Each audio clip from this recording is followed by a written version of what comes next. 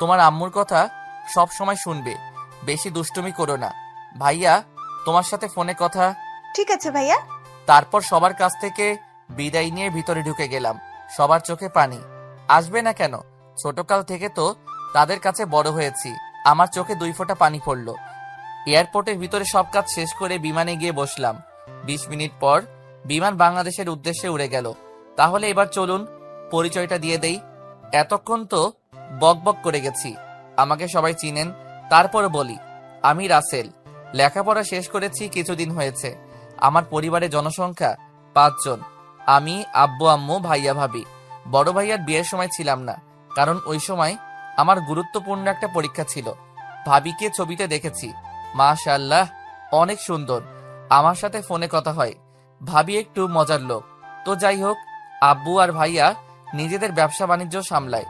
বাংলাদেশের কোটিপতিদের মধ্যে আমার বাবা একজন। এবার বাবার বিষয়টা খুলে বলি। আমার বাবার পরিবারের লোক একটা সড়ক দুর্ঘটনায় মারা যায়। তারপর বাবা পুরো এতিম হয়ে যায়। তারপর বাবা বাড়িটা রেখে বাকি সবকিছু বিক্রি করে দেয়। এরপর আব্বু আমেরিকা চলে আসে। আমেরিকা এসে নানার কোম্পানিতে চাকরি দেয়। আস্তে আস্তে নানার কাছে আব্বুকে অনেক ভালো লাগে, কারণ আব্বু নিজের কোম্পানির মতো কাজ করে। এরপর নানা সিদ্ধান্ত নেয় তার বড় মেয়ে মানে আম্মুর সাথে আব্বুর বিয়ে দেয়। এইভাবে দেখতে দেখতে তাদের সংসার ভালো চলতে লাগলো, আর নানার কোম্পানি আরো বড় হয়ে গেল। তারপর আব্বু সিদ্ধান্ত নেয় তিনি বাংলাদেশে ব্যবসা করবে। তারপর আমার যখন 10 বছর, তখন আব্বু বড় ভাইয়াকে নিয়ে বাংলাদেশ চলে যায়, আমাকে আমেরিকা রেখে যায়। আমি এখানে থেকে পড়াশোনা করছি। আব্বু আম্মু আর ভাইয়া যাওয়ার 2 বছর পর আমি বাংলাদেশে গেছি। আব্বু আম্মুর সাথে কিছুদিন থেকে চলে আসবো, কিন্তু বাংলাদেশে আমার ভালো লাগে না, তাই 7-8 দিন থেকে আমেরিকা চলে আসি। আপনাদের সাথে কথা বলতে বলতে বাংলাদেশ এয়ারপোর্টে এসে বিমান ল্যান্ড করলো। তারপর বিমান থেকে নেমে ঘড়ির দিকে তাকিয়ে দেখি সকাল 7টা বেজে গেছে। আমার আসার কথা আব্বু শুনলে গাড়ি পাঠিয়ে দিত, কিন্তু তাদের সারপ্রাইজ দিব বলে বলি নাই। এয়ারপোর্টের ভিতরে সব কাজ শেষ করে বাহিরে আসলাম। এসে একটা ট্যাক্সি নিয়ে বাসায় যেতে লাগলাম। বাংলাদেশ আগের থেকে অনেক উন্নত হয়ে গেছে। আগে যখন আসছি তখন ভালো লাগে নাই, কিন্তু এখন অনেক ভালো লাগছে। হঠাৎ রাস্তার পাশে তাকিয়ে দেখি একটা মেয়ে গাড়ির সাথে হেলান দিয়ে সিগারেট টানছে। মেয়েটার চেহারা ঠিকভাবে দেখছি না। হঠাৎ একটা ছেলে আসলো বাইক নিয়ে। মেয়েটা বাইকে উঠে ছেলেটার সাথে যেতে লাগলো। তারপর মেয়েটা চারপাশে তাকালো। আমি মেয়েটার চেহারা দেখে একদম মুগ্ধ হয়ে গেলাম। এটা কোনো মেয়ে না, একটা পরী। মেয়েটাকে দেখতে অনেক সুন্দর। বাংলাদেশেও এত সুন্দর মেয়ে আছে, আগে তো জানতাম না। কিন্তু মেয়েটার একটা জিনিস ভালো লাগে নাই, সেটা হলো সে ছেলেদের মতো শার্ট প্যান্ট পরে আর সিগারেট টানে। তো যাই হোক, মেয়েটা চলে গেল ছেলেটার সাথে। প্রায় 1 ঘন্টা পর ট্যাক্সি বাড়ির সামনে এসে থামলো। আমি ট্যাক্সি থেকে নেমে ভাড়া দিয়ে দিলাম। আসার সময় মামা বাংলাদেশি টাকা 50,000 দিল। আমি জিনিসগুলো নিয়ে বাসার ভিতরে যেতেই দারোয়ান আমাকে আটকে দিল। কোথায় যাচ্ছেন আর কাকে চান? জি, আমি এই বাড়ির মালিকের ছোট ছেলে। আমাকে আপনার পাগল মনে হয়? কেন? স্যারের ছোট ছেলে আমেরিকা থেকে, সে যদি আসতো তাহলে স্যার আমাকে আগে থেকে বলে রাখতো। আপনার স্যারের ছোট ছেলেকে কখনো দেখেছেন? জি না। তাহলে আপনি তাকে চিনবেন কেমন করে? ঠিক আছে, আমি প্রমাণ দেখাচ্ছি। তারপর মোবাইল বের করে পরিবারের সবার সাথে ছবি দেখালাম এবং আমার কার্ড দেখালাম। তখন দারোয়ান বলল, সরি স্যার, আমার ভুল হয়ে গেছে, আমি আপনাকে চিনতে পারি নাই। কোনো সমস্যা নেই। আর একটা কথা, আমাকে স্যার নয়, নাম ধরে ডাকবেন। আমি আপনার ছেলের মতো। তুমি পুরো স্যার আর জীবনের মতো। ঠিক আছে, আমি ভিতরে গেলাম। আমার হাতে জিনিসগুলো দাও, আমি নিয়ে যাচ্ছি। ঠিক আছে চলুন। দরজার সামনে এসে কলিং বেল চাপ দিলাম। তারপর ভাবি এসে দরজা খুলে দিল। আমাকে দেখে এক দৌড়ে ভিতরে ঢুকে গেল। মানে কিছু বুঝলাম না। দারোয়ান চাচা জিনিসগুলো ভিতরে রেখে বাহিরে চলে গেল। হঠাৎ আম্মু এসে আমাকে জড়িয়ে ধরলো। কেমন আছিস বাবা? তুই আসবি, আমাদেরকে বলবি না কেন? আর তোর মামা মামি তো আমাদের বলে নাই। আসলে আম্মু মানা করছি, তোমাদের সারপ্রাইজ দিব বলে বলি নাই। তুমি কেমন আছো আম্মু? আমি এখন অনেক ভালো আছি তোকে দেখার পর। তা ভাইয়া আব্বু কোথায়? আর ভাবি আমাকে দেখে দৌড়ে পালালো কেন? তোর আব্বু আর জীবন সকালে অফিসে চলে গেছে, অফিসে কি যেন গুরুত্বপূর্ণ কাজ আছে। ও, তা ভাবি আমাকে দেখে দৌড়ে পালালো কেন? হয়তো তোকে দেখে লজ্জা পেয়েছে। আমাকে দেখে লজ্জা পাওয়ার কি আছে? আমি তো ওনার ছোট ভাইয়ের মতো। আস্তে আস্তে কথা বলতে বলতে ঠিক হয়ে যাবে, তুই রুমে যা। আমি কোন রুমে যাব? তোর যে রুম ভালো লাগে ওই রুমে যা। তারপর আমি একটা রুমে চলে আসলাম। রুমে এসে ওয়াশরুমে ঢুকে ফ্রেশ হয়ে নিচে চলে আসলাম। নিচে এসে দেখি আম্মু আর ভাবি টেবিলে নাস্তা দিচ্ছে।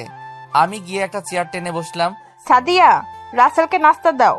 দিচ্ছি আম্মু। কি ব্যাপার ভাবি, তুমি আমাকে দেখে এত লজ্জা পাও কেন? মোবাইলে তো ভালো দুষ্টুমি করছো। তখন তো মোবাইলে বলছি, তাই তেমন লজ্জা পাইনি। এখন তো সামনাসামনি, তাই একটু লজ্জা পাচ্ছি। লজ্জা পাওয়ার কিছু নেই, আমি আপনার ছোট ভাইয়ের মতো। হুম। তারপর নাস্তা করে রুমে চলে আসলাম। রুমে এসে একটা ঘুম দিলাম। বিকেলে ঘুম থেকে উঠে দেখি 5টা বাজে। পুরো রাতে ঘুমাইনি তো, তাই ঘুম ভাঙতে দেরি হয়েছে। আব্বু হয়তো বুঝতে পারছে আমি পুরো রাতে জার্নি করে আসছি, তাই আর ডাকে নাই। বিছানা থেকে নেমে ওয়াশরুমে ঢুকে ফ্রেশ হয়ে একটা জামা গায়ে দিয়ে নিচে আসলাম। তারপর আম্মুকে বলে বাহিরে এসে গাড়ি নিয়ে মার্কেটে চলে আসলাম। মার্কেট থেকে একটা সিম কার্ড কিনে বাসায় চলে আসলাম। বাসায় এসে কলিং বেল চাপ দিলাম। ভাবি এসে দরজা খুলে দিল। ভিতরে ঢুকে দেখি আব্বু আর ভাইয়া সোফায় বসে কফি খাচ্ছে। কিরে, কেমন আছিস? কাউকে না বলে আসিস যে? আমি ভালো আছি, তোমাদের সারপ্রাইজ দিব বলে। তোর নানা নানি, মামা মামি আর বুড়ি কেমন আছে? সবাই ভালো আছে। সবার সাথে কিছুক্ষণ গল্প করে রুমে চলে আসলাম। তারপর মামির কাছে ফোন দিলাম।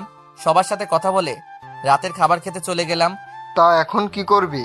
এখন আমি কিছু করব না, আগে পুরো বাংলাদেশ ঘুরে দেখব। তারপর ভাইয়ার সাথে অফিস দেখাশোনা করব। তোর যেটা ভালো মনে হয় করিস।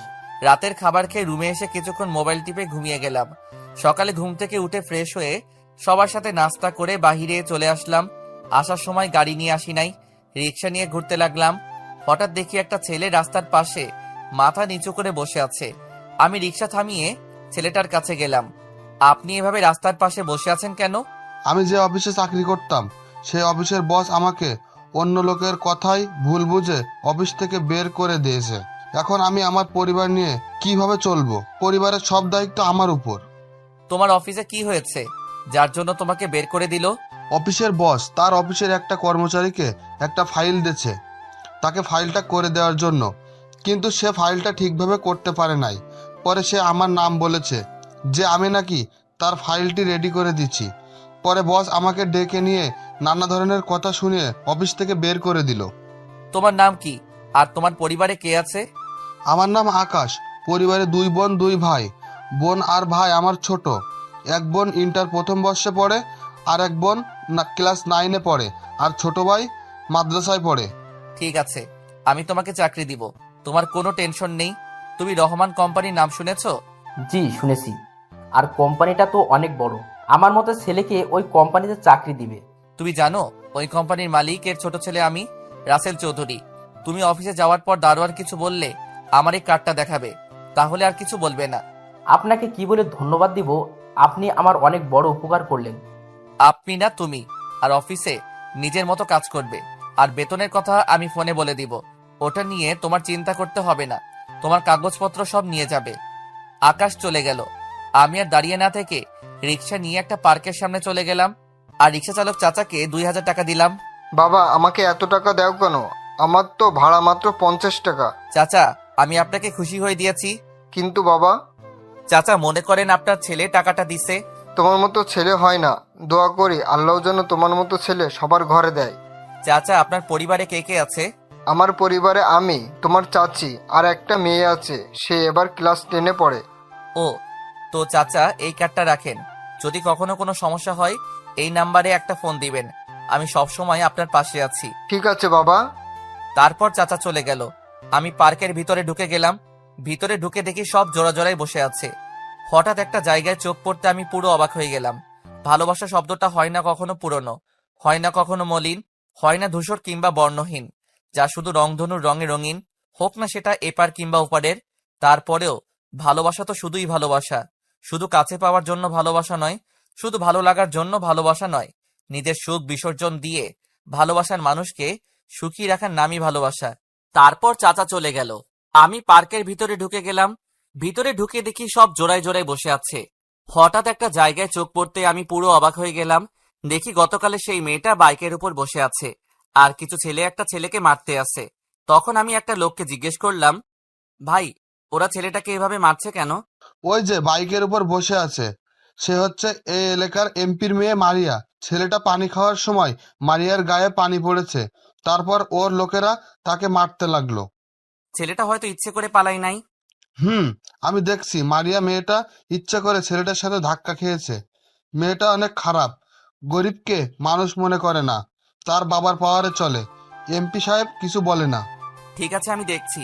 ওখানে গেলে আপনাকে মারবে, ওখানে যাবেন না। আপনি শুধু দাঁড়িয়ে দাঁড়িয়ে দেখুন। আমি সোজা গিয়ে মারিয়ার গালে 2টা থাপ্পড় মেরে দিলাম। পার্কের সবাই অবাক চোখে তাকিয়ে আছে, হয়তো ভাবছে আমি কে আর আমার কত বড় সাহস আমি এমপির মেয়ের গালে থাপ্পড় মেরেছি। কুত্তার বাচ্চা, তোর সাহস কি করে হয় এমপির মেয়ের গায়ে হাত তোলার? চুপ, আর একটা কথা বলবি না। তুই নিজেকে কি মনে করিস? বাবার ক্ষমতা দেখিয়ে যা ইচ্ছা তাই করে যাবি? আগে এটা মনে রাখবি, এই মানুষদের জন্য তোর বাবা এমপি হয়েছে, সো তাদের সম্মান দিতে শিখবি। তুই কে রে? আমি তোর কথা মতো চলবো? ওই, তোরা দাঁড়িয়ে আছিস কেন? ওকে বুঝিয়ে দে আমার গায়ে হাত তোলার পরিণাম কত ভয়ঙ্কর। মারিয়ার কথায় সবগুলো আমাকে মারতে আসলো। আমি সবগুলোকে মারতে লাগলাম। ওরা ছিল 5 জন। এই 5 জনকে মারতে আমি একাই যথেষ্ট। আমি আমেরিকা থেকে জিম করে বডি বানিয়ে রেখেছি। সবগুলা মায়ের খেয়ে দৌড়ে পালাও। আমি মারিয়ার কাছে গিয়ে বসলাম। তোকে আর যদি কখনো দেখি মানুষকে অন্যায়ভাবে তাদের গায়ে হাত তুলতে, তখন আমার থেকে কেউ খারাপ হবে না বলে পার্ক থেকে বেরিয়ে চলে আসলাম বাসায়। কলিং বেল চাপ দিলাম, ভাবি এসে দরজা খুলে দিল। এতক্ষণ কোথায় ছিলে তুমি? একটু বাইরে ঘুরতে গেছি ভাবি। আমাকে নিয়ে গেলে না কেন? তুমি তো আমার সাথে লজ্জায় কথা বলতে পারো না, আর তুমি কি আমাকে বলছো? আমি বলি নাই, তুমি জিজ্ঞেস করছো। সারাদিন বাসায় থাকি, কোথাও ঘুরতে যেতে পারি না? তোমার ভাই সারাদিন অফিসে থাকে। তুমি বলো, একা একা বাসায় ভালো লাগে? একা কথায়, আম্মু তো বাসায় আছে। আম্মুর সাথে তো গল্প করি, আমি কি বাইরে ঘুরতে যেতে পারি না? ঠিক আছে ভাবি, বিকালে রেডি হয়ে থেকো, তোমাকে নিয়ে ঘুরতে যাব। তুমি আমার লক্ষ্মী দেবর। ঠিক আছে, আমি এখন রুমে গেলাম। তুমি ফ্রেশ হয়ে আসো, আমি খাবার দিচ্ছি। আমি রুমে এসে ওয়াশরুমে ঢুকে গোসল করে একটা জামা গায়ে দিয়ে নিচে চলে আসলাম। টেবিলের সামনে এসে দেখি ভাবি সব খাবার সাজিয়ে রেখেছে। আমি একটা চেয়ার টেনে বসলাম।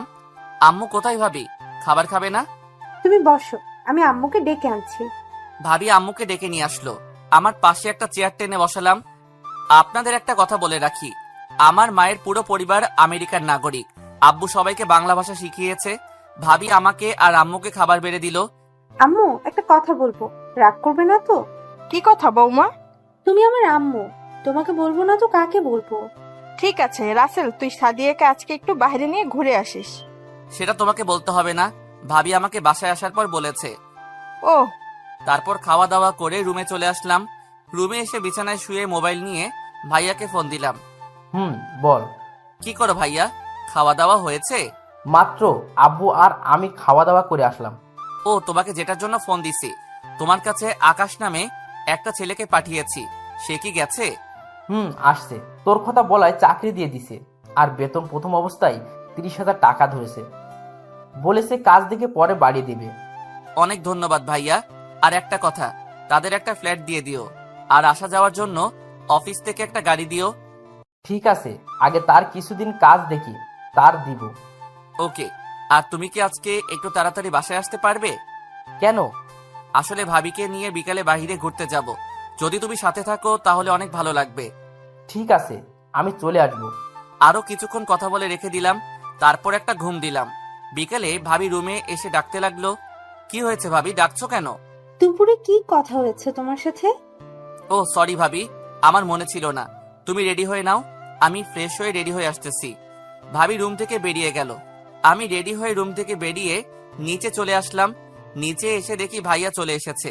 আমি ভাইয়াকে বললাম তাড়াতাড়ি রেডি হয়ে নিতে। কিছুক্ষণ পর ভাইয়া ভাবি রুম থেকে বেরিয়ে আসলো। দুজনকে অনেক মানিয়েছে। তারপর বাহিরে এসে গাড়ি নিয়ে বের হলাম। আমি গাড়ি চালাচ্ছি, ভাইয়া আর ভাবি দুজনে পিছনে বসেছে। তারপর একটা পার্কের সামনে গাড়ি থামালাম। ভাইয়া ভাবি নেমে ভিতরে ঢুকে গেল। আমি গাড়িটা পার্কিং করে ভিতরে ঢুকলাম। তাদের সাথে ঘুরতে ঘুরতে রাত 9টা বেজে গেছে। একটা রেস্টুরেন্টে ঢুকে খাবার খেয়ে বাসায় চলে আসলাম। বাসায় এসে যে যার রুমে চলে গেলাম। আম্মু বলেছে খাবার খেতে, আমরা বলেছি বাহির থেকে খেয়ে এসেছি। এভাবে দেখতে দেখতে আরো 7 দিন চলে গেল। মারিয়া মেয়েটাকে দেখি এখন বেশিরভাগ আমার সামনে ঘুরঘুর করে। আগের মতো জামা কাপড় পরে না, শাড়ি পরে থাকে। তাকে এভাবে দেখে আমার অনেক ভালো লেগেছে। একদিন সবাই মিলে সোফায় বসে কফি খাচ্ছি আর গল্প করছি। সেদিন শুক্রবার ছিল, তাই সবাই বাসায়। হঠাৎ কলিং বেল বেজে উঠল।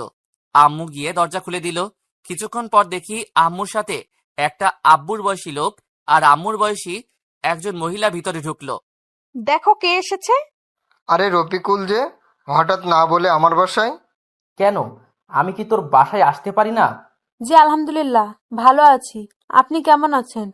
আমি ভালো আছি। সাদিয়া মা, ওনাদের জন্য নাস্তার ব্যবস্থা করো। জি আপু।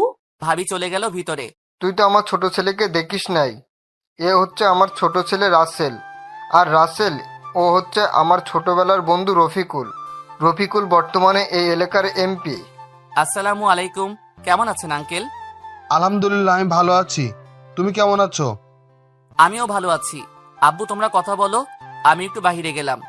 ঠিক আছে, যাও। আমি আর কোনো কথা না বলে বাহিরে চলে আসলাম। আর ওইদিকে রহমান, তোর কাছে একটা জিনিস চাইবো, তুই দিবি? দেবার মতো হলে অবশ্যই দিব।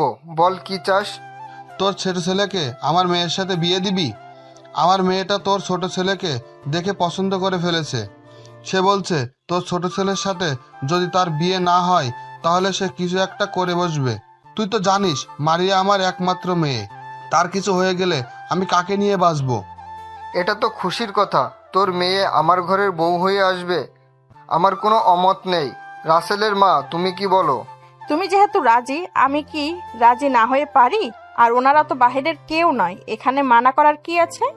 তুই আমার অনেক বড় উপকার করলি। আপনাদের এই ঋণ কখনো শোধ করতে পারবো না। ঋণ শোধ করতে হবে না। মাইয়াকে ঘরের বউ না, সাদের মতো নিজের মেয়ের মতো রাখবো। আমরা কালকে তোর বাসায় গিয়ে বিয়ের তারিখ ঠিক করে আসব। আব্বু, রাসেল এর মতামত নেওয়ার দরকার না? তাকে না জানিয়ে রাজি হওয়া কি ঠিক হবে? আমি জানি রাসেল আমার কথা ফেলবে না। ঠিক আছে, তুমি যেটা ভালো মনে করো। তারপর তারা আরো কিছু কথা বলে চলে গেল। আমি এখন বাসর ঘরের সামনে দাঁড়িয়ে আছি। আপনারা হয়তো ভাবছেন আমি এই বিয়েতে রাজি হয়েছি কেন। আসলে এই 7 দিনে মারিয়ার চলাফেরা, তার পরিবর্তন, মানুষের সাথে ভালো ব্যবহার করা, এসব দেখে আমার অনেক ভালো লেগেছে। আর মারিয়াকে তো আমি প্রথম দেখায় ভালোবেসে ফেলেছি, তাই আব্বুর কথায় রাজি হয়ে গেছি। অনেক ধুমধাম করে বিয়েটা হয়ে গেল। অনেক বড় বড় লোক এসেছে বিয়েতে, আর আমেরিকা থেকে নানা নানি, মামা মামি আর আমার আপুনি এসেছে। বাসর ঘরের সামনে দাঁড়িয়ে আছি, ভাবি দরজার সামনে দাঁড়িয়ে আছে, আমাকে ঢুকতে দিচ্ছে না। ভাবি বলো, তোমার কি চাই? কেন দেবরজি, তুমি জানো না বাসর ঘরে ঢুকতে হলে আমার পাওনা দিয়ে ঢুকতে হবে? তোমার আবার কিসের পাওনা? আর আমি কি আগে বিয়ে করছি যে বাসর ঘরে ঢুকতে কি কি করতে হয় আমি জানবো? ঠিক আছে, আমি বলছি।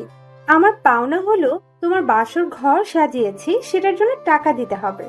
তা কত টাকা দিতে হবে? বেশি লাগবে না, 50,000 হলে হবে। ওকে, আমার এই কার্ডটা রাখো, তোমার যত খুশি খরচ করো। আর পাসওয়ার্ড তুমি জানো। তাহলে ঠিক আছে, এবার তুমি ভিতরে যাও। তারপর ভাবি আমাকে ধাক্কা দিয়ে ভিতরে ঢুকিয়ে দিয়ে বাহির থেকে দরজা লাগিয়ে দিল। আমিও ভিতর থেকে দরজা লাগিয়ে দিলাম। আর আমাকে বোকা পেয়েছে। আমি বিয়ের মার্কেট করে কার্ডের সব টাকা শেষ করে ফেলেছি। আমার জানা মতে কার্ডে 20 থেকে 25,000 টাকার মতো আছে।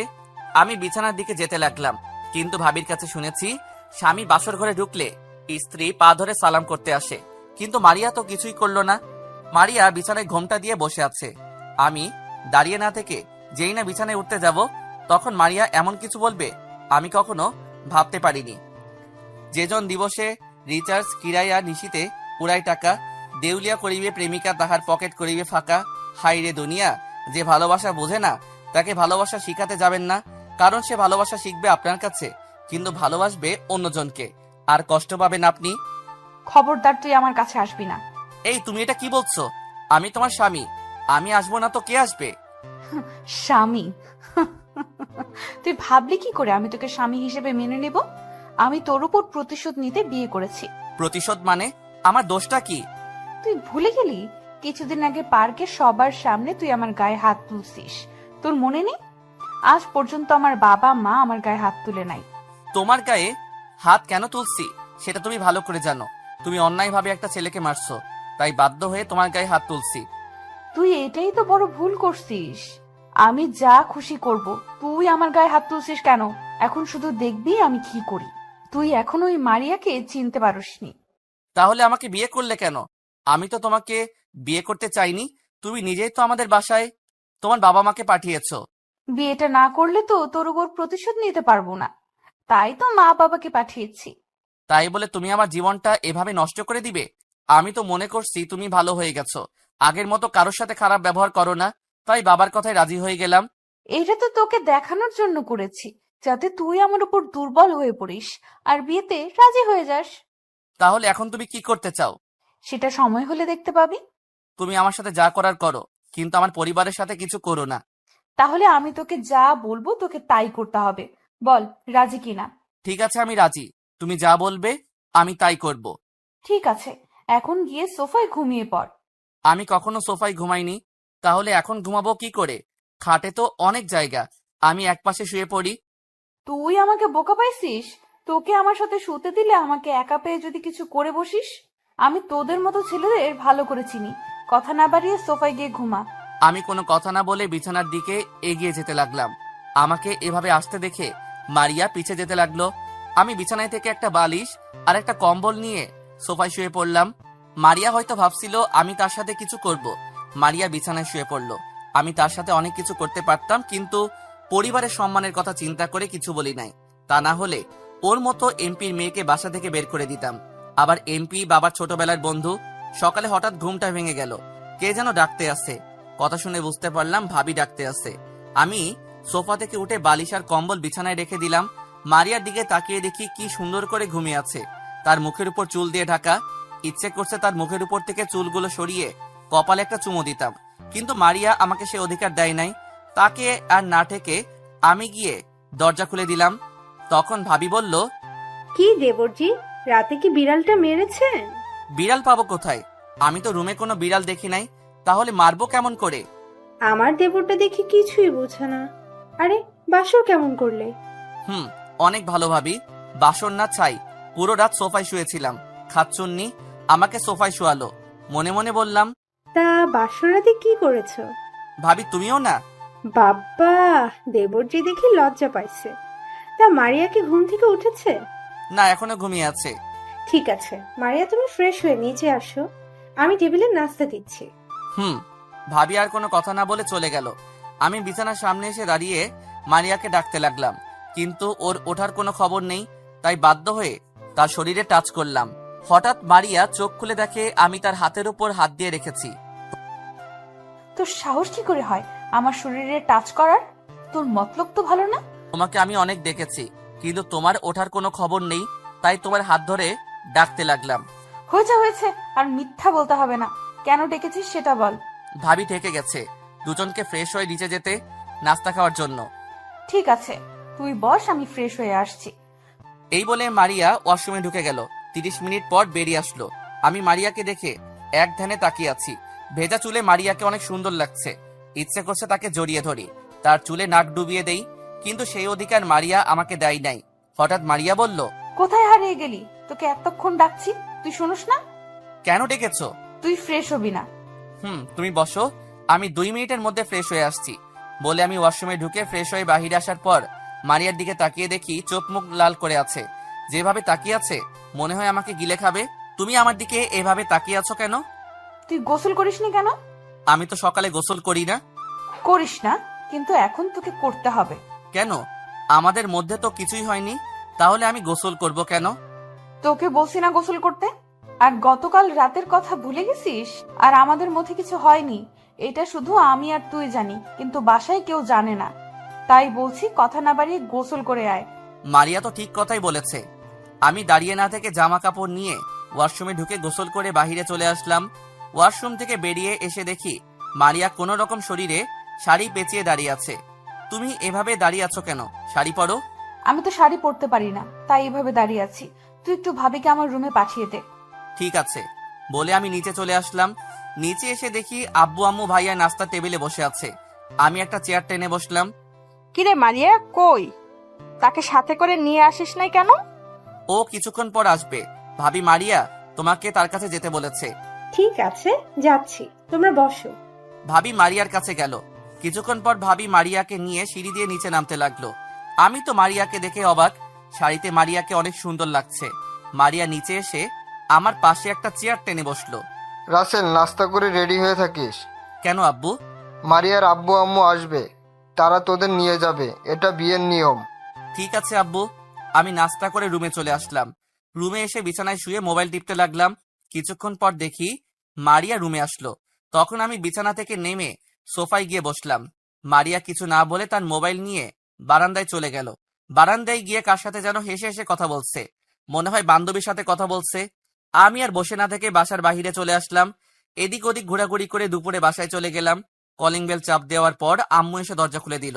কিরে, তুই কোথায় ছিলি? তোকে ফোন দিছি, তুই ফোন ধরিস নাই কেন? আসলে আম্মু, মোবাইল সাইলেন্ট ছিল, তাই বলতে পারবো না।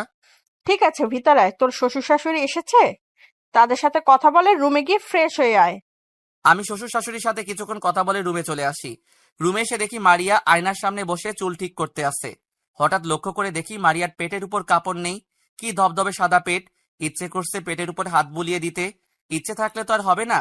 মারিয়া তো আমার উপর প্রতিশোধ নিতে বিয়েটা করেছে, কিন্তু মারিয়ার এখনো কোনো রিয়াকশন দেখছি না। সকালে দুটো পাপ্পি দিছে। আমার সাথে তো সকাল থেকে কোনো খারাপ কিছু করে নাই, শুধু মারিয়া আমাকে তুই করে বলে, এর থেকে বেশি কিছু না। আমাকে রুমে দেখে বলল, সকাল থেকে কোথায় ছিলি? তোকে ফোন দিচ্ছি, ধরলি না কেন? মোবাইলটা সাইলেন্ট ছিল। তাড়াতাড়ি রেডি হয়ে নিচে আয়, আমি আব্বু আম্মুর সাথে নিচে আছি।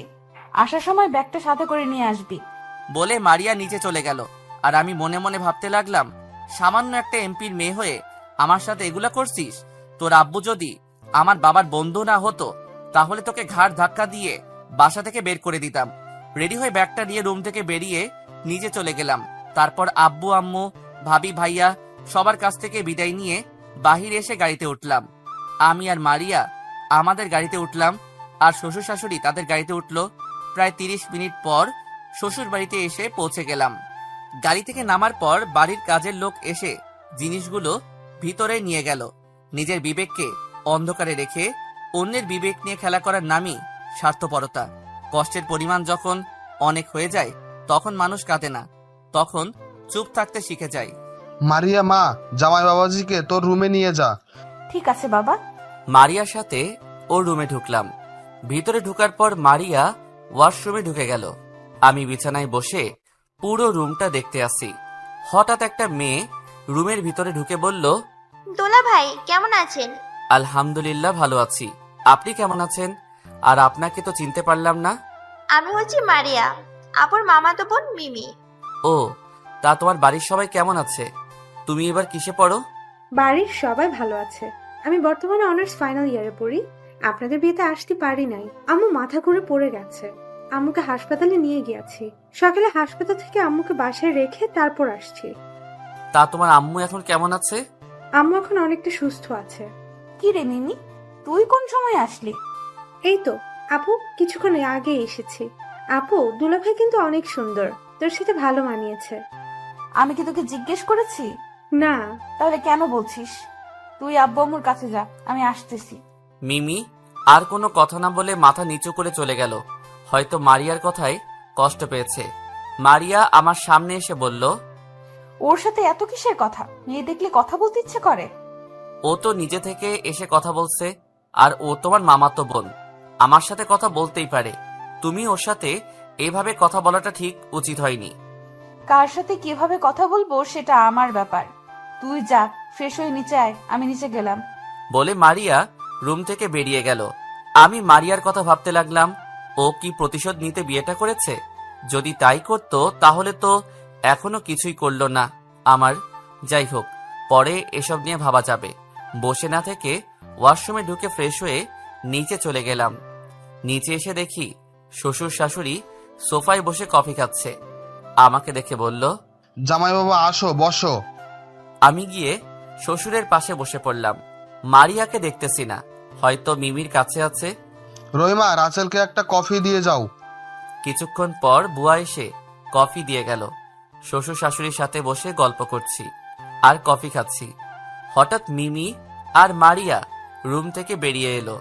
তাদের দেখে মনে হচ্ছে অনেক খুশি, কিন্তু কিছুক্ষণ আগে মারিয়া মিমির সাথে কিভাবে কথা বলছে, আর এখন দেখি দুজনে অনেক খুশি। তো যাই হোক, রাতের খাবার খেয়ে রুমে আসলাম। রুমে এসে বিছানায় বসে মোবাইল টিপতে লাগলাম। মারিয়া রুমে এসে দেখে আমি মোবাইল টিপতে আসি। তুই এখনো ঘুমাস নাই? আমি কোথায় ঘুমাবো? তোমার রুমে তো সোফা নেই। তুই বিছানায় ঘুমাতে পারিস, কিন্তু মাঝখানে কোল বালিশ থাকবে। যদি রাতে আমার সাথে কিছু করিস তাহলে খবর আছে। আমি তো যা খুশি তাই করতে পারি, কারণ আমি তোমার স্বামী। আমি তোকে স্বামী হিসেবে মানি না। তাহলে আমাকে বিয়ে করছো কেন? কেন আমার জীবনটা নষ্ট করে দিছো? আমি প্রতিশোধ নিতে তোকে বিয়ে করেছি। তাহলে তুমি তো এখনো আমার কিছুই করো নাই। সেটা সময় হলে দেখতে পাবি। এখন কথা না বলে ঘুমা। আমি আর কোনো কথা না বাড়িয়ে ঘুমিয়ে পড়লাম। 2 দিন শ্বশুর বাড়ি থেকে বাসায় চলে আসলাম। রাতে খাবার টেবিলে, আব্বু, আমি অফিসে বসতে চাই। মাত্রই তো কিছুদিন হয়েছে বিয়ে করেছিস। আগে দূরে গিয়ে কিছুদিন ঘোরাঘুরি করে আয়, তারপর অফিসে বসবি। তুমি ঠিকই বলেছ, তোরা বাইরে কোথাও গিয়ে ঘুরে আয়। কোথায় ঘুরতে যাব? মামাদের ওখানে চলে যাও, তাদের সাথে কিছুদিন থেকে চলে এসো। সামিয়া বলেছে আমি অফিস থেকে আসার সময় টিকিট নিয়ে আসবো। তোরা সব কিছু গুছিয়ে রাখিস, সকাল অথবা বিকালের টিকিট কেটে আনবো। মারিয়া, মা, তুমি কিছু বলছো না কেন? আমি কি বলবো আম্মু? তোমাদের যেটা ভালো মনে হয় তাই করো, আমার কোনো সমস্যা নেই। তারপর সবাই খাওয়া দাওয়া করে যার যার রুমে চলে গেল। আমি রুমে এসে বিছানায় শুয়ে পড়লাম। কিছুক্ষণ মারিয়া রুমে ঢুকে দরজা বন্ধ করে আমার পাশে এসে শুয়ে পড়ল। তুই এখন অফিসে বসার কথা বললি কেন? বসে থেকে কি করব? তাই বলছি অফিস দেখাশোনা করব, তাহলে আব্বুকে রেস্ট দিতাম। মাত্র বিয়ে হয়েছে, কিছুদিন হয়েছে, এর মধ্যে তুই অফিস দেখাশোনা করবি? আমি যেদিন বলবো সেদিন তুই অফিসে বসবি। আমি তোমার কথা শুনবো কেন? তুমি আমার কে? আমি তোর বয়। কি হলো বলো? আমি যা বলবো তাই করবি। যদি আমার কথা না শুনিস তাহলে বাসর ঘরের কথা মনে আছে? আমি বাসর ঘরের কথা মনে পড়তেই আর কিছু বললাম না। ইচ্ছে করছে খাচ্চুন্নির মাথা ফাটিয়ে দেই। কেন যে ওর গায়ে হাত দিতে গেলাম। পরের দিন বিকালে সবার সাথে কথা বলে দুজনে এয়ারপোর্টের উদ্দেশ্যে বেরিয়ে পড়লাম। রাত 8টায় আমাদের ফ্লাইট। আসার সময় ড্রাইভারকে সাথে করে নিয়ে আসলাম। সবকিছু শেষ করে দুজনে গিয়ে বিমানে বসলাম। দুজনের সিট একসাথে পড়ছে। পরের দিন সকাল 7টায় বাসায় পৌঁছে গেলাম। বিমানে তেমন কোনো কথা হয়নি। মামা আমাদের জন্য এয়ারপোর্টে গাড়ি পাঠিয়ে দিছে। বাসায় এসে কলিং বেল চাপ দিলাম। মামি এসে দরজা খুলে দিল। কি রে, কেমন আছিস? আসার সময় কোনো সমস্যা হয়নি তো? আলহামদুলিল্লাহ ভালো আছি। তুমি কেমন আছো? আর আসার সময় কোনো সমস্যা হয়নি? মারিয়া, তুমি কেমন আছো? জি মামি, ভালো আছি। তুমি কেমন আছো? আমিও ভালো আছি। বাহিরে দাঁড় করিয়ে রাখবে নাকি ভিতরে ঢুকতে দিবে? ওহ সরি, আয় ভিতরে আয়। দুজনে ভিতরে গেলাম। ভিতরে ঢুকে দেখি নানা, নানি, মামা আর আপুটা নাস্তার টেবিলে বসে আছে। মারিয়া নানা নানিকে সালাম করলো। থাক মা, বেঁচে থাকো। যাও রুমে গিয়ে ফ্রেশ হয়ে আসো, সবাই একসাথে নাস্তা করব। দুজনে রুমে চলে আসলাম। আমি আগে যে রুমে থাকতাম সেই রুমে আসলাম। মারিয়া রুমে এসে ওয়াশরুমে চলে গেল। মারিয়া বের হয়ে আসার পর আমি গেলাম। তারপর দুজনে একসাথে নিচে গেলাম। তা কয়দিনের জন্য আসা হলো নানু ভাই? দেখি কয়দিন থাকা যায়। বাংলাদেশে গিয়ে অফিসে বসতে হবে। আব্বুকে রেস্ট দিব। ঠিকই বলছি, দুলাভাইয়ের বয়স হয়েছে, তার এখন রেস্ট নেওয়ার দরকার। কথা বলতে বলতে নাস্তা করে রুমে চলে আসলাম। কিছুক্ষণ পর মারিয়া রাইসাকে নিয়ে রুমে আসলো। চলো বাহির থেকে ঘুরে আসি। ভাবি, তুমি ভাইয়ের সাথে এইভাবে কথা বলছো কেন? কিভাবে কথা বললাম আপু? এই যে তুই করে বলছো, ভাইয়া তোমার স্বামী না, তুমি করে বলবে। সরি আপু। তাহলে এখন তুমি করে বলো। ঠিক আছে বলছি, চলো বাহির থেকে ঘুরে আসি। এবার হয়েছে, সব সময় ভাইয়াকে তুমি করে বলবে। আমি মনে মনে রাইসাকে বললাম, এই না হলো আমার আপু, আমার মনের কথা বলেছে। ঠিক আছে, তুমি রেডি হয়ে নাও। আর রাইসা আপু, তুমিও রেডি হয়ে নাও। ঠিক আছে ভাইয়া। শুন, শুধু রাইসার কথা রাখতে তুমি করে বলছি, তা না হলে আমি কখনো তুমি করে বলতাম না। আমি কিছু না বলে রেডি হয়ে মারিয়া রাইসাকে নিয়ে বাসা থেকে বেরিয়ে গাড়ি নিয়ে প্রথমে আমি যে কলেজে পড়াশোনা করেছি সেখানে গেলাম। তারপর আরো অনেক জায়গায় ঘুরে বাসায় চলে আসলাম। এইভাবে দেখতে দেখতে 10 দিন হয়ে গেছে। মামা, মামি, নানা, নানি সবার থেকে বিদায় নিয়ে এয়ারপোর্টে চলে আসলাম। রাইসা অনেক কান্নাকাটি করছে, তাকে বুঝিয়ে চলে আসলাম। রাত 12টায় বাংলাদেশ এসে পৌঁছে গেলাম। বাসায় আসতে আসতে 1টা বেজে গেছে। কলিং বেল চাপ দেওয়ার পর কাজের বুয়া অর্থাৎ খালা এসে দরজা খুলে দিল। তারপর দুজনে রুমে চলে গেলাম। আপনাদের একটা কথা বলি, এই 10 দিনে মারিয়া আমাকে সবসময় তুমি করে বলছে। আমার সাথে খারাপ ব্যবহার করে নাই, কিন্তু ও তো বলছিল প্রতিশোধ নেওয়ার জন্য বিয়ে করেছে। ও তো আমার কিছুই করছে না। রাতে আসার সময় রেস্টুরেন্ট থেকে খাবার খেয়ে এসেছি, তাই আর কাউকে ডাকি নাই। 2 দিন পর আজ অফিসে আসলাম। আব্বু সবার সাথে আমাকে পরিচয় করিয়ে দিছে। আমি সবার সাথে পরিচয় হয়ে কেবিনে চলে আসলাম। আব্বু আমাকে সবকিছু বুঝিয়ে দিয়ে বাসায় চলে গেছে। বসে বসে কিছু ফাইল দেখতে লাগলাম। হঠাৎ একটা মেয়ে এসে বলল, আসতে পারি স্যার? আসুন। সরি স্যার, আসতে একটু লেট হয়ে গেছে। আব্বুর জন্য ওষুধ কিনতে গিয়েছিলাম, ওষুধ বাসায় দিয়ে অফিসে আসলাম। প্রথম কথা হলো, আমি তো আপনাকে বলি নাই আপনার লেট হয়েছে কেন। আর দ্বিতীয় কথা হলো, আপনি কে? স্যার, আমার নাম রিয়া। আমি আপনার বিয়ে আগে আপনার বাবার পেয়েছিলাম। গতকাল আপনার বাবা বলেছে অফিসে তাড়াতাড়ি আসার জন্য। আপনি নাকি এখন থেকে অফিসে দেখাশোনা করবেন। ঠিক আছে, এখন আপনি আমাকে পুরো অফিসটা ঘুরিয়ে দেখান। ঠিক আছে স্যার, চলুন।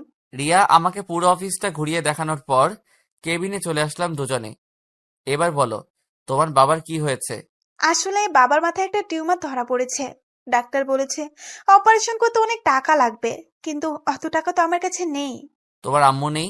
আছে, আম্মু সারা দিন আব্বুর সেবা যত্ন করে। তুমি কোনো চিন্তা করো না, তোমার বাবার চিকিৎসা আমি করাবো। তারপর রিয়া যেটা করলো আমি তো পুরো অবাক হয়ে গেলাম। রিয়া সাথে সাথে আমাকে জড়িয়ে ধরে কান্না করে বলল, কি বলে যে আপনাকে ধন্যবাদ দেব তা আমার জানা নেই। আপনি আপনার বাবার মতো, আপনার বাবা অনেক ভালো। একটা কথা কি, আমি সব বড়লোকের ছেলের মতো নই। টাকা থাকলে অহংকার দেখাবো তেমন ছেলে আমি না। আমরা আজ এত ওপরে কিভাবে আসলাম, সবকিছু তোমাদের পরিশ্রমের কারণে। আপনি অনেক ভালো স্যার, আমার এই পরিস্থিতিতে আপনি আমার পাশে দাঁড়িয়েছেন। এখন থেকে আমাকে স্যার নয়, ভাইয়া বলে ডাকবে। ঠিক আছে ভাইয়া। ঠিক আছে, এখন তোমার কেবিনে যাও। আমি অফিসের কাজ শেষ করে তোমাকে সাথে নিয়ে তোমাদের বাসায় যাব। ওকে ভাইয়া। রিয়া কেবিন থেকে বেরিয়ে যাওয়ার পর আমি একটা ফাইল দেখতে লাগলাম। হঠাৎ মোবাইল ফোনটা বেজে উঠলো। তাকিয়ে দেখি মারিয়া ফোন দিচ্ছে। বলো। তুই এখন কোথায়? তুমি জানো না আমি কোথায়? অফিসে বসে কাজ করতে আসি। তুই এখনই বাসায় আয়। কেন, কি হয়েছে? সেটা আসলে দেখতে পাবি। ঠিক আছে, আমি আসছি বলে ফোনটা কেটে কেবিন থেকে বেরিয়ে ম্যানেজারকে বলে অফিস থেকে বাইরে এসে গাড়ি নিয়ে বাসায় চলে আসলাম। কলিং বেল চাপ দেওয়ার পর বুয়া এসে খুলে দিল। ভিতরে ঢুকে দেখি আব্বু আম্মু ভাবি সোফায় বসে আছে। আব্বু আমাকে দেখে সোফা থেকে উঠে এসে ঠাস করে 2টা থাপ্পড় মেরে দিল। আমি তো কিছুই বুঝতে পারলাম না। তখন আমি বললাম, আব্বু তুমি আমাকে মারলে কেন? তুই প্রথম দিন অফিসে গিয়ে কি করেছিস? তোকে খুব ভালো মনে করেছি, কিন্তু তুই আমার ভাবতেও অবাক লাগে তুই এমন কিছু করবি। আমি কি করেছি সেটা তো বলবে। এখন কিছুই বুঝছিস না? তোর লজ্জা করে না বাসায় বউ রেখে অন্য মেয়েকে জড়িয়ে ধরতে? আমি কাকে জড়িয়ে ধরলাম? দেখছেন আব্বু এখন কিছুই বুঝে না। তাহলে এগুলো কি? মোবাইলে কিছু ছবি দেখে আমি পুরো অবাক হয়ে গেলাম। রিয়া যে আমাকে জড়িয়ে ধরেছে তার কিছু ছবি কে যেন তুলে মারিয়াকে পাঠিয়েছে। আব্বু আম্মু, আমি রিয়াকে জড়িয়ে ধরি নাই, রিয়া নিজে আমাকে জড়িয়ে ধরেছে। তোর লজ্জা করে না অফিসের পিএকে ভুলিয়ে ভালিয়ে তার সাথে অসভ্যতামি করতে? আবার এখন আমার কাছে মিথ্যা বলছিস? আব্বু বিশ্বাস করো, আমি আর তোর কোনো কথা শুনতে চাই না। তুই এক্ষুনি আমার বাসা থেকে বের হয়ে যা। তুমি কি পাগল হয়ে গেলে? ও না হয় একটা ভুল করে ফেলেছে, সেজন্য তুমি তাকে বাসা থেকে বের করে দিবে? আব্বু আম্মু ঠিক কথা বলেছে, এবারের মতো ওকে মাফ করে দেন। রাসেল এরকম কাজ আর করবে না। মারিয়া মা, তুমি কি বলো?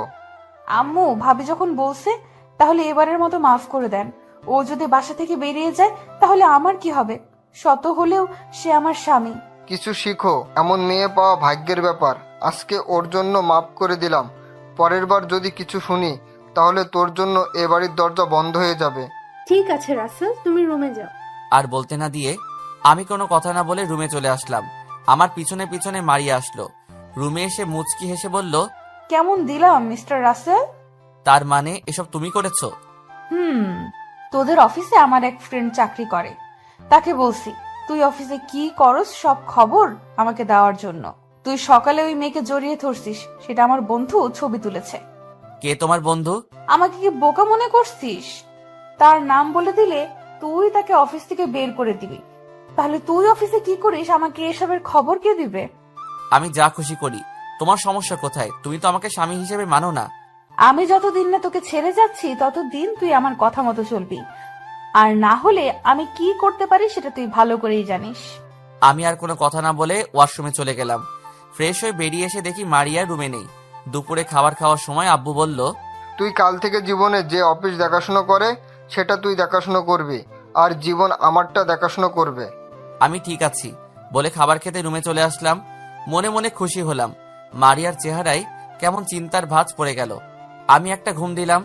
ঘুম থেকে বিকালে উঠে বাহিরে চলে গেলাম। বাহিরে এসে অফিসের ম্যানেজারের কাছে ফোন দিয়ে রিয়ার নাম্বার নিলাম। তারপর রিয়াকে ফোন দিলাম। আসসালামু আলাইকুম, কে বলছেন? ওয়ালাইকুম আসসালাম, আমি রাসেল, তোমার অফিসের বস। ও ভাইয়া, তুমি? এখন বলো তোমার বাসা কোথায়? আমি আসতেছি।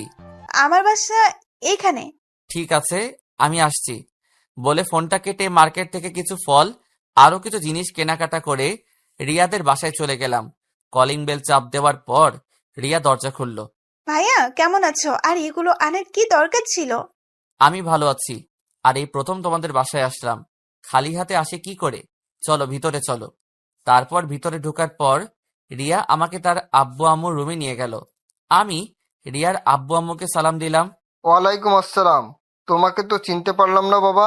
আব্বু আম্মু, ভাইয়া হলো আমার অফিসের বসের ছোট ছেলে, নাম রাসেল চৌধুরী। কেমন আছেন আপনারা সবাই? আছি মোটামুটি ভালো, তুমি কেমন আছো? আলহামদুলিল্লাহ, আমিও ভালো। আন্টি কেমন আছেন? আলহামদুলিল্লাহ ভালো আছি বাবা। তোমার বাড়ির সবাই কেমন আছে? সবাই ভালো আছে। তো আঙ্কেল, ডাক্তার কি বলেছে? ডাক্তার বলেছে যত তাড়াতাড়ি সম্ভব অপারেশন করার জন্য, কিন্তু বাবা টাকা পয়সা অনেক লাগবে, আমাদের দ্বারা তো এত টাকা জোগাড় করা সম্ভব না। আমি রিয়ার সাথে কথা বলেছি, আমি আপনার চিকিৎসা করাবো। যত টাকা লাগে আমি দিব। আগামীকাল আপনাকে হাসপাতালে ভর্তি করিয়ে দিব। তুমি আমার জন্য এত কিছু করবে? আপনি রিয়ার বাবা না হলেও করতাম। আমি আপনার ছেলের মতো, তাই ছেলেই বাবারা অপারেশন করতে পারবে না? কিন্তু বাবা অপারেশন করতে তো অনেক টাকা লাগবে। টাকা নিয়ে তোমাদের চিন্তা করতে হবে না, আমি সব ব্যবস্থা করছি। রিয়া, তোর ভাইয়াকে নাস্তা দে। আমি এখন কিছু খাবো না, পরে একসময় খাবো। তা বললে তো হবে না ভাইয়া, তুমি এই প্রথম আমাদের বাসায় এসেছো, খালি মুখে তোমাকে যেতে দিতে পারি না। তুমি বসো, আমি নাস্তা নিয়ে আসছি। মানা করার পরও শুনলো না। তারপর হালকা নাস্তা করে তাদের থেকে বিদায় নিয়ে বাসায় চলে আসলাম। এবার আপনাদেরকে বলি, আমাকে আব্বু এত কথা বলার পরও কেন আমি বাসা থেকে বেরিয়ে যাইনি। তার কারণ হলো, আমি রিয়াকে কথা দিয়েছি তার বাবার অপারেশন করাবো, তাই বাসা থেকে বেরিয়ে যাইনি। রিয়ার বাবার অপারেশন শেষ হলে আমি আর এখানে থাকবো না। আপনারা হয়তো জানেন না, আমি বাবার কথা অনেক কষ্ট পেয়েছি। যে বাবা আমার কোনো কথা না শুনে এতগুলো কথা বলল, সে বাসায় আমি থাকতে চাই না। তো যাই হোক, বাসায় এসে কলিং বেল চাপ দেওয়ার পর বুয়া এসে দরজা খুলে দিল। ভিতরে ঢুকে দেখি সবাই সোফায় বসে গল্প করছে। আমি তাদের সাথে কোনো কথা না বলে রুমে চলে আসলাম। তারা হয়তো বুঝতে পারছে কেন কথা বলি নাই। কিছুক্ষণ পর মারিয়া রুমে আসলো। এতক্ষণ কোথায় ছিলি? আর কারোর সাথে কথা না বলে রুমে চলে আসলি কেন? সেটা আমার ব্যাপার, আপনার কোনো সমস্যা আছে? তুই আমার সাথে এভাবে কথা বলছিস কেন? আপনার সাথে কিভাবে কথা বলবো? আমি তো আপনার প্রশ্নের উত্তর দিচ্ছি। তুই হয়তো আগের কথা ভুলে গেছস। কিছু ভুলি নাই, আপনার যা খুশি করার করেন বলে ওয়াশরুমে ঢুকে গেলাম। ফ্রেশ হয়ে নিচে এসে সবার সাথে খাবার খেতে বসলাম। আব্বু, তোমার সাথে কিছু কথা আছে। বলো, কি কথা? আমি 10-15 দিন অফিসে যাব না, আমার কিছু কাজ আছে, সেগুলো শেষ করে তারপরে অফিসে যাব। কি কাজ? সেটা সময় হলে জানতে পারবে, এখন আমি বলতে পারবো না। ঠিক আছে। আমি মারিয়ার দিকে তাকিয়ে দেখি কি যেন চিন্তা করছে, হয়তো ভাবছে কি কাজ করব আমি। আমি খাবার খেয়ে রুমে চলে আসলাম। পিছনে গিয়ে দেখি ভাবি রুমে আসলো। ভাবি, তুমি হঠাৎ আমার রুমে? কেন আসতে পারে না বুঝি? আমি তা বলি নাই।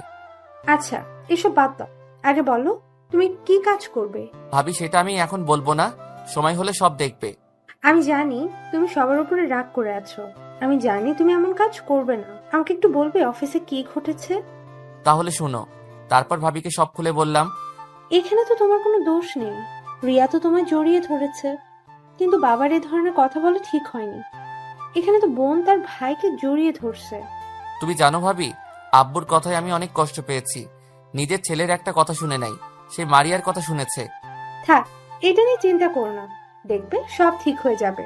কিছুই ঠিক হবে না। আমি জানি এখন বাবা আমাকে তেমন বিশ্বাস করবে না। আমি সত্যি কথা বললে তার কাছে মিথ্যা মনে হবে। হঠাৎ মারিয়া দরজায় দাঁড়িয়ে বলল, আমি কি ভেতরে আসতে পারি? আরে তোমার রুম, তুমি আসবে না তো কে আসবে? আসো। দেবর ভাবির কি কথা হচ্ছে আমি কি জানতে পারি? তেমন কিছু না, ওর কাছে জানতে চেয়েছি ও 10-15 দিন কি করবে, কিন্তু দেবর আমাকে বলে না। ঠিক আছে ভাবি, তুমি যাও, আমি দেখছি। ভাবি রুম থেকে বেরিয়ে গেল। তারপর মারিয়া আমাকে বলল, তোর কি কাজ আছে? আপনার কাছে বলতে বাধ্য নই। তুই ভুলে যাস না আমি তোর স্ত্রী। কিছুদিনের জন্য, তারপর তো আপনি চলে যাবেন। আমার প্রতিশোধ নেওয়া এখনো শেষ হয়নি। আমি যা বলবো তোকে তাই করতে হবে। পারবো না। আপনার যা খুশি করতে পারেন, বলে বিছানায় শুয়ে পড়লাম। কিছুক্ষণ পর মারিয়া বিছানায় শুয়ে পড়ল। সকালে ঘুম থেকে উঠে ফ্রেশ হয়ে নাস্তা করে বাহিরে চলে গেলাম। কারোর সাথে তেমন কথা বলি নাই। বাহিরে এসে একটা রিক্সা নিয়ে চলে আসলাম রিয়াদের বাসায়। নিজেদের গাড়ি থাকার পরও নিয়ে আসি নাই, কারণটা আপনারা জানেন। আর 10-15 দিন আমি রিয়ার বাবার অপারেশনের জন্য সময় নিয়েছি। রিয়াদের বাসায় এসে কলিং বেল চাপ দিলাম। কিছুক্ষণ পর রিয়ার আম্মু দরজা খুলে দিল। ওনার সাথে কিছু কথা বলে ভিতরে গেলাম। তারপর আঙ্কেলের সাথে কথা বললাম। আন্টি আঙ্কেলকে রেডি করিয়ে দিল। আমি একটা অ্যাম্বুলেন্সকে ফোন দিয়ে আসতে বললাম। কিছুক্ষণ পর অ্যাম্বুলেন্স চলে এসেছে। তারপর আঙ্কেলকে ধরে বাইরে নিয়ে আসলাম। তারপর হাসপাতালে চলে আসলাম। আঙ্কেলকে ভর্তি করিয়ে দিলাম। আসার সময় আমার অ্যাকাউন্ট থেকে কিছু টাকা উঠিয়ে নিলাম। দেখতে দেখতে 10 দিন চলে গেছে। এই 10 দিনে মারিয়ার সাথে তেমন কথা বলি নাই, আব্বুর সাথেও বলি নাই। আর রিয়ার আব্বুর অপারেশন শেষ। আল্লাহ দিলে এখন তিনি মোটামুটি সুস্থ আছেন। রাতে সবার সাথে খাবার খাওয়ার সময় আমি বললাম, আমি কালকে থেকে অফিসে যাব।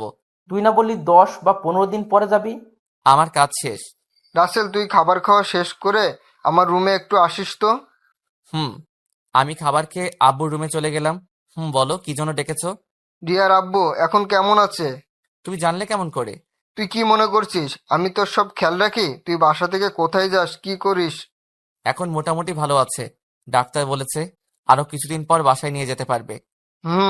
তুই আমার উপর রেগে আছিস তাই না? হঠাৎ এই কথা বললে কেন? আমি জানি মারিয়া তোকে ফাঁসানোর জন্য আমার কাছে বলেছে। আর আমি একদিন তোর রুমের পাশ দিয়ে যাওয়ার সময় মারিয়ার কিছু কথা শুনি। তখন আমি বুঝতে পারলাম মারিয়া তোকে স্বামী হিসেবে মেনে নেয়নি। তো আমাকে একটু বলবি তোদের মাঝে কি হয়েছে? তাহলে শুনো। তারপর সব খুলে বললাম। শুধু তোমাদের সম্মানের কথা চিন্তা করে কিছু বলতে পারি নাই। আর তোমাদের বন্ধুত্ব নষ্ট হয়ে যাবে। তুই তো ভুল কিছু করিসনি, তার অন্যায়ের প্রতিবাদ করেছিস। তাই বলে মারিয়া তোর সাথে এরকম করবে? তুই বাবা আমাকে মাফ করে দিস। ওই সময় না বুঝে তোর গায়ে হাত তুলেছি। আরে কি করছো আব্বু? তুমি আমার কাছে মাপ চেতে হবে না। তোমার উপর অভিমান ছিল। তুমি আমার একটা কথাও শুনো নাই। তুমি আমাকে কখনো খারাপ কাজ করতে দেখেছো? এখন আর তোমার উপর অভিমান নেই। ঠিক আছে, এখন তুই কি করতে চাস? আমি এখন অফিস দেখাশোনা করব। আর 3 মাস পরে মারিয়াকে ডিভোর্স দিয়ে দিব। হঠাৎ এরকম সিদ্ধান্ত নেওয়া ঠিক হবে না। আগে কিছুদিন দেখ, তারপর না হয় ভেবেচিন্তে সিদ্ধান্ত নিস। ঠিক আছে, আমি এখন রুমে যাচ্ছি, বলে রুমে চলে আসলাম। এখন কিছুটা ভালো লাগছে। বাবা তার ভুল বুঝতে পেরেছে। রুমে এসে দেখি মারিয়া কার সাথে যেন মোবাইলে হেসে হেসে কথা বলছে। মনে হয় বয়ফ্রেন্ডের সাথে কথা বলছে। বললে বলুক, তাতে আমার কি। আমি কোনো কথা না বলে বিছানায় গিয়ে শুয়ে পড়লাম। মারিয়া কথা শেষ করে আমার পাশে শুয়ে পড়ল। দেখতে দেখতে আরো 2টা মাস চলে গেছে। প্রথম কয়েকদিন মারিয়া আমার সাথে খারাপ ব্যবহার করছে, কিন্তু এখন তেমন খারাপ ব্যবহার করে না। আমি তার সাথে বেশি কথা বলি না। রাতে খাবার খেয়ে এসে বিছানায় শুয়ে মোবাইল টিপতে আসি। কিছুক্ষণ পর মারিয়া রুমে আসলো। দরজা বন্ধ করে আমার পাশে এসে শুয়ে পড়ল। রাসেল, আমাকে ক্ষমা করে দেওয়া যায় না? আমি জানি তোমার সাথে আমি অনেক খারাপ ব্যবহার করেছি। আমাকে তুমি মাফ করে দাও। আমি আর কখনো তোমার সাথে খারাপ ব্যবহার করব না। হঠাৎ আপনার এত পরিবর্তন কেন?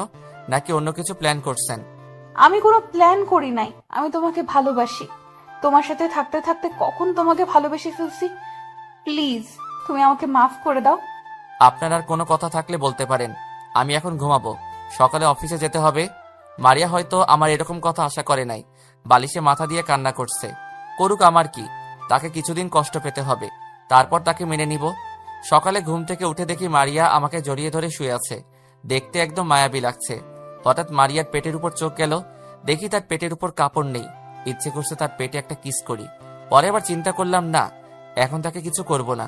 ওয়াশরুমে ঢুকে ফ্রেশ হয়ে বেরিয়ে এসে দেখি মারিয়া বিছানায় বসে আছে। আমি তার সাথে কোনো কথা না বলে রেডি হয়ে নিচে চলে আসলাম। নিচে এসে দেখি সবাই টেবিলে বসে আছে। আমি গিয়ে একটা চেয়ার টেনে বসলাম। কিরে মারিয়া কোথায়? রুমে আছে। ওকে সাথে করে নিয়ে আসলি না কেন? গতকাল রাতে না খেয়ে ও ঘুমিয়ে গেছে। কি বলছো তুমি? আমি গতকাল ওকে টেবিলে খাবার খেতে দেখলাম। তুই রুমে চলে যাওয়ার পর মারিয়া তোর পিছনে চলে গেছে খাবারে পানি ঢেলে। আমার দেরি হয়ে যাচ্ছে, আমাকে নাস্তা দাও। মারিয়া আসুক, সবাই একসাথে খাবো। তাহলে তোমরা খাও, আমি অফিসে যাচ্ছি বলে চেয়ার থেকে উঠে বাইরে চলে আসলাম। আব্বু আম্মু সবাই অনেক ডেকেছে, কিন্তু আমি শুনে বাইরে এসে গাড়ি নিয়ে সোজা অফিসে চলে গেলাম। আমার গাড়ি দেখে মনে হয় দারোয়ান চিনতে পেরেছে, তাই আমাকে সালাম দিল। কারণ আব্বু গতকাল রাতে ম্যানেজারকে ফোন দিয়ে বলে দিছে। আমি অফিসের ভিতর যাওয়ার সময় হঠাৎ কারোর সাথে ধাক্কা খেলাম। আমি পড়ি নাই, কিন্তু আমার সাথে যে ধাক্কা খেয়েছে সে নিচে পড়ে গেছে। আমি তাকে হাত বাড়িয়ে ওঠাতে গেলে মেয়েটা আমার হাত না ধরে উঠে ঠাস করে একটা থাপ্পড় মেরে দিল। কুত্তার বাচ্চা, দেখি চলতে পারিস না? সরি, আমি আপনাকে দেখতে পাইনি। দেখতে পাস নাই নাকি ইচ্ছে করে ধাক্কা দিয়ে ফেলে দিলি? তোদের মতো ছেলেদের আমার ভালো করে জানা আছে। সব ছেলের মতো আমি না। আর আমার বাসায় বউ থাকতে আপনার সাথে ধাক্কা খেতে যাব কেন? আর একটা কথাও বলবি না। তুই জানিস আজকে আমার অফিসে নতুন বস আসবে। তোর জন্য আজকে আমার লেট হয়ে গেছে। যদি বস আমাকে কিছু বলে তাহলে তোর খবর আছে। বলে মেয়েটা ভিতরে চলে গেল। আমি দাঁড়িয়ে না থেকে অফিসের ভিতরে গেলাম। গালটা অনেক ব্যথা করছে, হাতে শক্তি আছে বলতে হবে মেয়েটার। কেউ দাঁড়িয়ে আমাকে সালাম দেয়নি, হয়তো আমাকে চিনতে পারে নাই। আমি ভিতরে ঢুকে পিয়নকে বললাম, বসের কেবিন কোনটা? তখন পিয়ন আমাকে কেবিনটা দেখিয়ে দিল।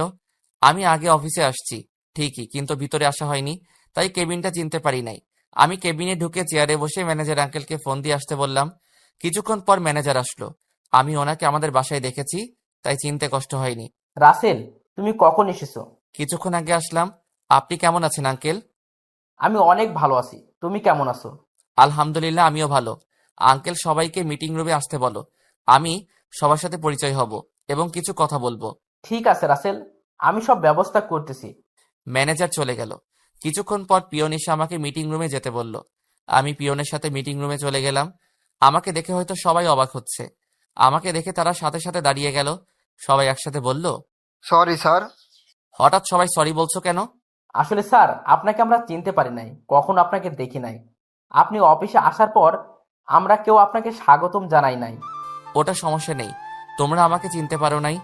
আচ্ছা, যে কারণে আপনাদের সবাইকে এক করলাম। আমি অফিসে আজকে নতুন, তেমন বুঝি না। তোমরা আমাকে কাজে সাহায্য করবে, আর তোমরা নিজের অফিস মনে করে কাজ করবে। সবার সাথে আরো কিছুক্ষণ কথা বলে যেই না রুম থেকে বেরিয়ে আসবো, হঠাৎ একটা জায়গায় চোখ পড়তেই দেখি তখনকার মেয়েটা বারবার মাথা লুকিয়ে নিচ্ছে। এই, তুমি এরকম লুকালুকি করছো কেন? আর তুমি আমার কেবিনে আসো বলে আমি নিজের কেবিনে চলে আসলাম। কেবিনে এসে একটা ফাইল দেখতে লাগলাম। কিছুক্ষণ পর মেয়েটা বলল, আসতে পারি স্যার? আসুন। মেয়েটা কেবিনে ঢুকে এমন করবে আমি তো ভাবতে পারি নাই। আরে ভাই, খারাপ কিছু না। মেয়েটা কেবিনে ঢুকে আমার সামনে এসে পা জড়িয়ে ধরে কান্না করে দিল। এই মেয়ে, তুমি আমার পা ধরছো কেন? আবার কান্না করছো কেন? স্যার, আজকে আমার অফিসে প্রথম দিন, তাই তাড়াহুড়ো করে অফিসে ঢুকতেই আপনার সাথে ধাক্কা খাই, তাই মেজাজটা গরম হয়ে গেছে। আমি আপনাকে চিনতে পারি নাই স্যার, আমার ভুল হয়ে গেছে। আপনি আমাকে যত খুশি মারেন, তারপরও আমার চাকরি থেকে বের করে দিবেন না। চাকরি থেকে বের করে দিলে পরিবার নিয়ে রাস্তায় নামতে হবে। আগে আমার পা ছাড়ো, তারপর গিয়ে চেয়ারে বসো। না স্যার, আগে বলেন আমাকে মাফ করে দিয়েছেন, আমাকে চাকরি থেকে বের করে দিবেন না। ঠিক আছে, আমি তোমাকে মাফ করে দিছি। এখন পা ছেড়ে চেয়ারে বসো। মেয়েটা পা ছেড়ে দিয়ে চেয়ারে গিয়ে বসলো। প্রথমে একটু রাগ ছিল ওর প্রতি, কিন্তু তার পরিবারের কথা শুনে সব রাগ উধাও হয়ে গেল। তোমার নাম কি? তোমার পরিবারে কে কে আছে? স্যার, আমার নাম তিথি। পরিবারে আমরা 2 বোন আর আব্বু আম্মু আছে। ছোট বোন এবারে ক্লাস 7-এ পড়ে। আব্বুর বয়স হয়েছে, তাই কিচ্ছু করতে পারে না। আগে কয়েকটা টিউশনি করেছে। গতকাল আপনার অফিসে ইন্টারভিউ দেওয়ায় টিকে যাই। ও, এখন থেকে নিজের অফিস মনে করে কাজ করবে, আর কারোর সাথে খারাপ ব্যবহার করবে না। আর তোমার বেতন কত টাকা বলছে? আমার বেতন বলেছে 25,000 টাকা। ঠিক আছে, এখন থেকে তোমার বেতন 40,000 টাকা। এত টাকা বেতন তোমার পরিবারের কথা চিন্তা করে দিছি। আর অফিস থেকে যাওয়ার সময় অগ্রিম মাসের বেতন নিয়ে যেও, আমি ম্যানেজারকে বলে রাখবো। এখন তুমি আসতে পারো। তিথি চোখের পানি মুছে একটা হাসি দিয়ে কেবিন থেকে বেরিয়ে গেল। তারপর আমি কাজ করতে লাগলাম। কাজ করতে করতে দুপুরে লাঞ্চ টাইম হয়ে গেছে। হঠাৎ মোবাইলটা বেজে উঠল। হাতে নিয়ে দেখি মারিয়া ফোন দিছে। প্রথমে 2-3 বার দেওয়ার পর ধরলাম। এত ফোন দিচ্ছেন কেন? দুপুরে খাবার খেয়েছো? খাবার খাইছি না খাইছি সেটা আপনাকে বলতে যাব কেন? কারণ আমি তোমার স্ত্রী, জিজ্ঞাসা করতেই পারি।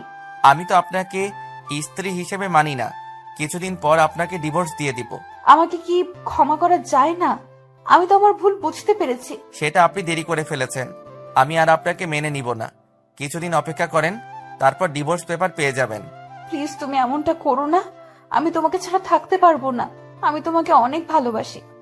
আপনি মরেন না বাঁচেন সেটা আমার দেখার বিষয় নয়। ফোন রাখেন, আমার হাতে কাজ আছে। মারিয়াকে আর কিছু বলতে না দিয়ে ফোন কেটে দিলাম। হাতে অল্প একটু কাজ আছে, সেগুলো করতে লাগলাম।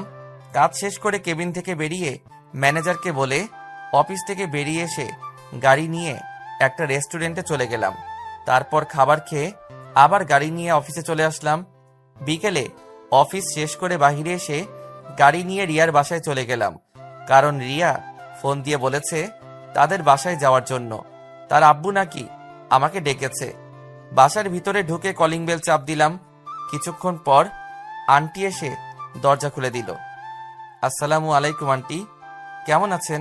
আলহামদুলিল্লাহ ভালো আছি বাবা, তুমি কেমন আছো? তোমার বাড়ির সবাই কেমন আছে? আমিও ভালো আছি। বাড়ির সবাই ভালো আছে?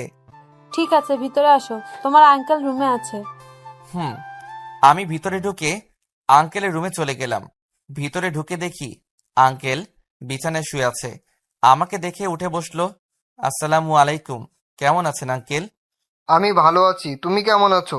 আমিও ভালো আছি। তা কি জন্য আসতে বললেন? আসলে গতকাল রিয়াকে দেখতে এসেছে। ছেলেটা নাকি রিয়াকে একদিন রাস্তা থেকে পছন্দ করে ফেলেছে। এখন আমরা যদি রাজি থাকি তাহলে তারা বিয়ের তারিখ ঠিক করবে। ছেলেদের নিজের কোম্পানি আছে, সেটা দেখাশুনো করে। ছেলেটা কেমন, তার খোঁজ খবর নিয়েছেন? সেজন্য তো তোমাকে আসতে বললাম। তুমি একটু খোঁজ খবর নিয়ে দেখো, যদি ছেলে ভালো হয় তাহলে সামনের দিকে আগাবো। ঠিক আছে আঙ্কেল, আপনি ছেলের ঠিকানা আমাকে দেন। তুমি রিয়ার থেকে নিও, ওর কাছে আছে। আরে ভাইয়া, তুমি কখন এসেছো? এই তো অল্প কিছুক্ষণ হবে। তা তোর আজকে আসতে এত দেরি কেন? একটা বান্ধবীর সাথে মার্কেটে গিয়েছিলাম, তাই আসতে লেট হয়ে গেছে। ও আচ্ছা, আগে বল, যেই ছেলে তোকে দেখতে এসেছে তাকে কি তোর পছন্দ হয়েছে? রিয়া লজ্জায় মাথা নিচু করে ফেললো। তার মানে রিয়ার ছেলেটাকে পছন্দ হয়েছে। থাক, আর লজ্জা পেতে হবে না। আমি আগে ছেলেটার খোঁজ খবর নিয়ে দেখি, তারপর বিয়ের দিন তারিখ ঠিক মনে করব। তুই ছেলেটার ঠিকানা আমাকে দে। রিয়া আমাকে ঠিকানা দিচ্ছে। আরো কিছুক্ষণ কথা বলে রিয়াদের বাসা থেকে বেরিয়ে গাড়ি নিয়ে বাসায় চলে আসলাম। কলিং বেল চাপ দেওয়ার পর মারিয়া এসে খুলে দিল। মনে হয় আমার জন্য অপেক্ষা করে আছে। আজকে আসতে দেরি হলো যে? সেটা আপনাকে বলতে হবে? তুমি আমার সাথে এমন ভাবে কথা বলছো কেন? কেন বলছি সেটা আপনি ভালো জানেন। আমাকে কি একটা সুযোগ দেওয়া যায় না? আমি কথা দিচ্ছি আর কখনো তোমার সাথে খারাপ ব্যবহার করব না। তুমি যেভাবে বলবে আমি সেভাবে চলবো। আমি রুমে গেলাম। আপনার সাথে কথা বলতে বিরক্ত লাগছে বলে নিজে রুমে চলে আসলাম। রুমে এসে ফ্রেশ হয়ে রাতের খাবার খেয়ে রুমে এসে ঘুমিয়ে গেলাম। এভাবে দেখতে দেখতে আরো 1 মাস চলে গেছে। মারিয়া আমার কাছে অনেকবার ক্ষমা চাইছে, আমি তাকে ক্ষমা করি নাই। কিন্তু ও তো জানে না আমি ওকেও অনেক আগেই ক্ষমা করে দিছি। শুধু তাকে একটু কষ্ট দেওয়ার জন্য এরকম করছি। আরো কিছুদিন পর মারিয়ার জন্মদিন। ভাবছি সেই দিন তাকে আপন করে নিব। মারিয়া সব সময় মন মরা হয়ে থাকে, তার চেহারা দেখে বোঝা যায়। কান্নাও করে। জন্মদিনে আপন করে নিয়ে ভালোবাসা দিয়ে সব কষ্ট দূর করে দিব। ও আপনাদের তো বলা হয়নি, এর ফাঁকে রিয়ার বিয়ে হয়ে গেছে। আমরা সবাই গেছি রিয়ার বিয়েতে, শুধু মারিয়া ছাড়া। ওর নাকি ভালো লাগে না। আমি তো জানি কেন ভালো লাগে না। রিয়ার যে ছেলেকে বিয়ে করেছে ছেলেটা অনেক ভালো। আমি অনেকভাবে খোঁজ খবর নিছি, আর রিয়ার বিয়ের সব খরচ আমি চালিয়েছি। আর রিয়াদের পরিবারের দায়িত্ব সবকিছু রিয়ার জামাই নিছে। তো যাই হোক, দেখতে দেখতে সেই দিনটা চলে এসেছে। বাসার সবাইকে বলছি কেউ যেন রিয়াকে না বলে আজকে যে তার জন্মদিন। ভাবিকে বলছি রিয়াকে নিয়ে বাহিরে কোথাও নিয়ে যেতে। ভাবি তাই করেছে। এদিকে আমি মারিয়ার আব্বু আম্মুকে আসতে বললাম। তারাও চলে এসেছে। আমি আর ভাইয়া ছাদে সবকিছু সাজিয়ে রেখেছি, আর লাইট সবগুলো অফ করে রেখেছি।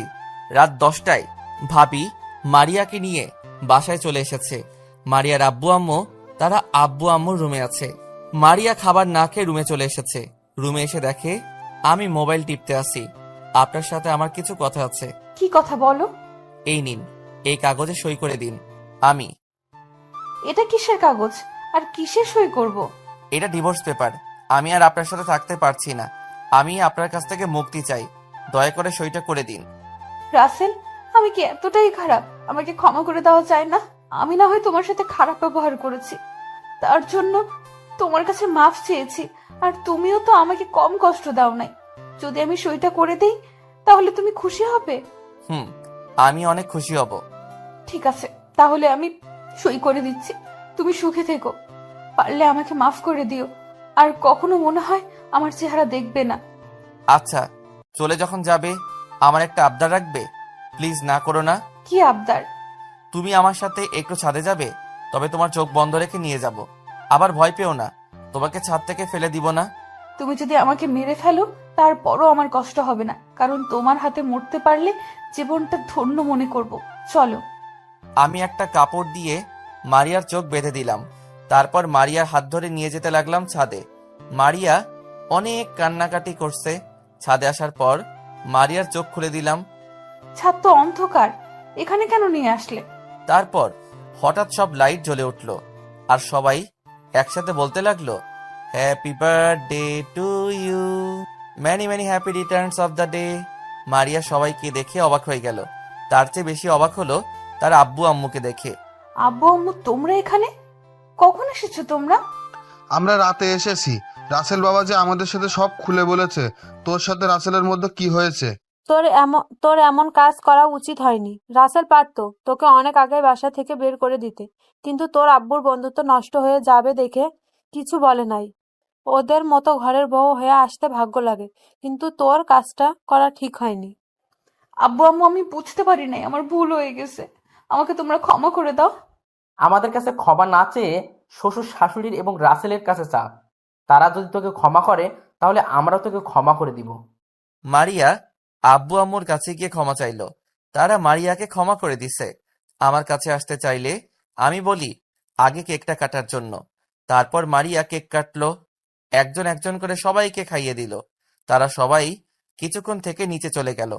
অনেক ধন্যবাদ আপনাকে আমার শেষ আবদার রাখার জন্য। এখন আপনি আসতে পারেন। আমার কথা শুনে মারিয়া মুখটা মলিন হয়ে গেছে, চোখ দিয়ে পানি পড়ে গেল। যেই না মারিয়া চলে যাওয়ার জন্য পা বাড়ায়, তখনই আমি মারিয়াকে পিছন থেকে জড়িয়ে ধরলাম। এই পাগলি, আমাকে ছেড়ে কোথায় যাও? তুমি জানো না এই রাসেল তোমাকে ছাড়া অসহায়?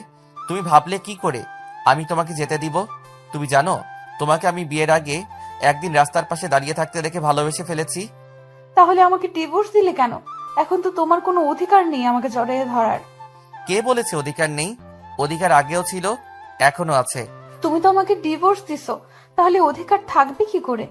আরে পাগলি, তুমি তো কাগজটা পড়েই দেখো নাই, ওখানে কি লেখা ছিল। তুমি যখন বলছিলে ডিভোর্স পেপার, তখন যেন আমার মাথায় আকাশ ভেঙে পড়লো। পরে চিন্তা করলাম তুমি যদি আমাকে ছাড়া সুখী থাকতে পারো তাহলে আমি তোমাকে ছেড়ে চলে যাই। তাই তোমার খুশির জন্য সই করে দিলাম।